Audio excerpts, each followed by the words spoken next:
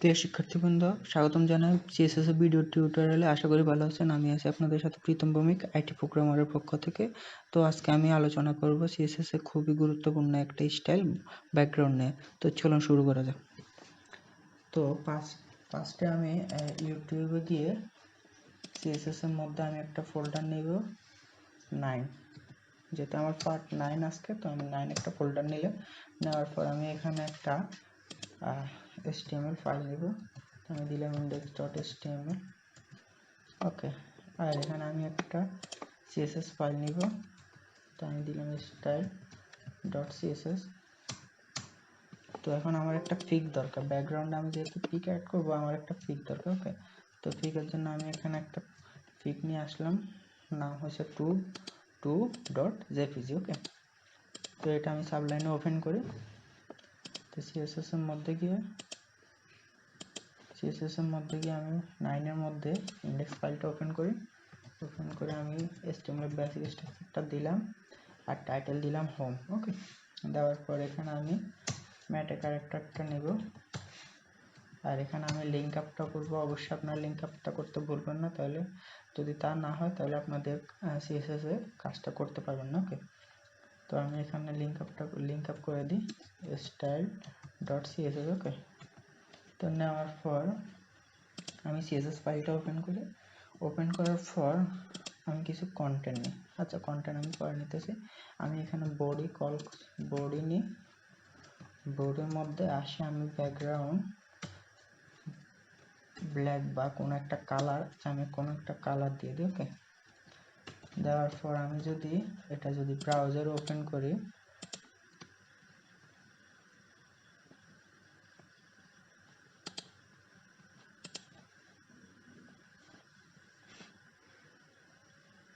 আমার এরকম একটা ব্যাকগ্রাউন্ড আসার কথা, আমার আউটপুট এরকম একটা আসার কথা। ওকে,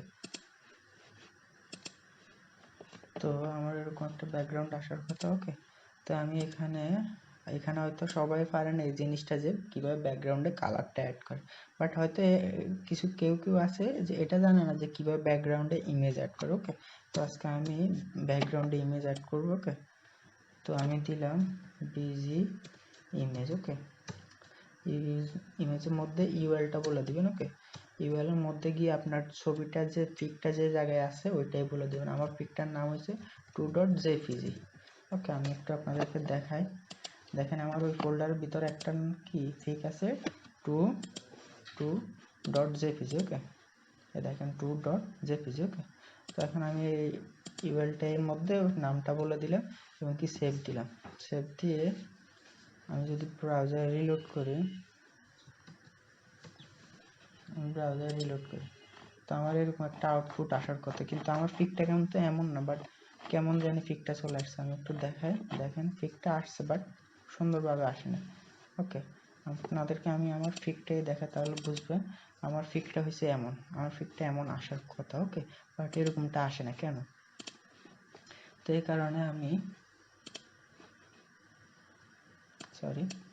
কারণে আমি কি বলবো, এখানে ব্যাকগ্রাউন্ডটা আমি ব্যাকগ্রাউন্ড সাইজ বলে দিব। ওকে, ব্যাকগ্রাউন্ড সাইজ কভার বলে দিলাম আমি। ওকে, কভার বলার পর আমার ব্যাকগ্রাউন্ডটা এমন আসার কথা। ওকে, তো এখানে হয়তো রিপিট হয়েছে, আমি যদি দিই ব্যাকগ্রাউন্ড নো রিপিট। ওকে, আশা করি চলে যাওয়ার কথা। ওকে, তো আমার এরকম একটা ব্যাকগ্রাউন্ড আসার কথা। ওকে, এরকম একটা ব্যাকগ্রাউন্ড আসার কথা এবং কি এরকম একটাই আসছে।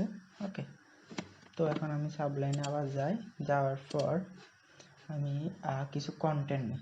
ওকে, কিছু কন্টেন্ট নিয়ে আমি এখানে একটা ফ্রি ট্যাগ নিলাম, নিয়ে আমি ফ্রির মধ্যে আমি ক্লাস করলাম প্রীতম নাম। ওকে, এখানে আমি লরেম 1000 ওয়ার্ড নিই। ওকে, দেখেন আমার এখানে লরেমের 1000টা ওয়ার্ড চলে আসছে। ওকে, তো এখন আমি যদি সেভ দি ব্রাউজার একটু রিলোড করি, দেখেন আমার এরকম আউটপুটটা আসার কথা। ওকে, দেখেন অনেকগুলো লেখা চলে আসছে, হয়তো আপনারা দেখতে পারতেছেন। আচ্ছা, আমি এখানে কালারটা বলে দিই।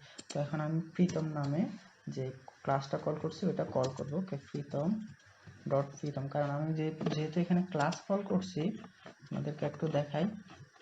যেহেতু এখানে প্লাস কল হয়েছে তার মানে এখানে ডট দিতে হবে। আমি যদি আইডি কল করতাম তাহলে কি আমাকে এখানে হ্যাশ দিতে হতো, ওকে, এখানে আমাকে হ্যাশ ইউজ করতে হতো, ওকে। তো এখন আমি বলে দিলাম কালার, কালার বলে দিলাম আমি হোয়াইট, সরি কালার আমি বলে দিলাম হোয়াইট। দেখেন আমার লেখাগুলো কিন্তু হোয়াইট হয়ে গেছে, তার মানে কন্টেন্টগুলো দেখা যাইতেছে, ওকে।